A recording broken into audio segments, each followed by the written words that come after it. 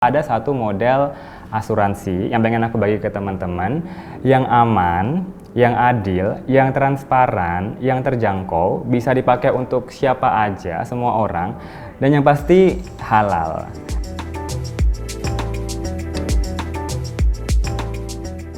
Ada 5 alasan kenapa asuransi syariah lebih baik buat kamu. Yang pertama adalah karena itu bisa buat semua orang. Kita sepakat asuransi itu penting dan setiap orang itu perlu asuransi. Pertanyaannya, ada nggak sih asuransi yang bisa menjawab kebutuhan atau pilihan semua orang? Kalau kita bicara soal Indonesia, negara dengan penduduk muslim terbesar di dunia, sebagian masyarakat kita itu pengen punya asuransi yang sesuai dengan prinsip syariah. Yang gimana? Ya, yang mengutamakan kemaslahatan, mengedepankan keseimbangan, yang adil gitu ya, yang aman, yang transparan, dan juga terhindar dari unsur-unsur yang dilarang. Yang dilarang itu yang kayak gimana?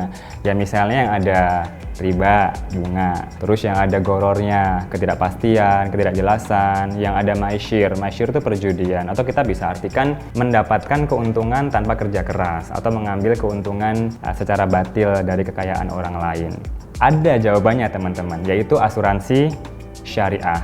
Tapi tunggu dulu, kalau namanya ada syariahnya, berarti cuman buat orang Islam dong? Jelas enggak, karena yang namanya ekonomi syariah, keuangan syariah, termasuk asuransi syariah itu nilai-nilainya universal. Yang artinya produk atau instrumen yang dikeluarkan, yang ditawarkan itu bersifat inklusif. Siapapun bisa pakai. Contohnya misalnya kita nabung di bank syariah, atau kita beli investasi saham syariah, reksadana syariah, atau suku. Yang beli, yang nabung nggak cuma orang Islam, tapi siapapun bisa memanfaatkan. Terus apa sebenarnya nilai universal yang dimaksud? Di asuransi syariah kita mengenal konsep sharing of risk atau berbagi risiko. Maksudnya adalah kalau ada sekumpulan orang yang sepakat untuk bergabung dalam asuransi syariah, maka mereka sepakat untuk berbagi risiko atau menanggung risiko satu sama lain. Melalui apa? Melalui kontribusi yang disebut dengan dana tabaruk tadi, atau dana kebaikan, dana kebajikan, sumbangan atau derma.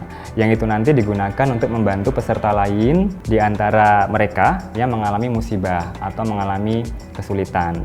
Nah, dalam hal ini kita juga bisa mengenal konsep socially responsible atau bertanggung jawab secara bersama. Asuransi syariah itu sebenarnya akadnya disebut akad takafuli. Makanya kalau teman-teman dengar di luar sana, disebut juga dengan takaful atau asuransi syariah, yang artinya saling menanggung risiko tadi. Gitu.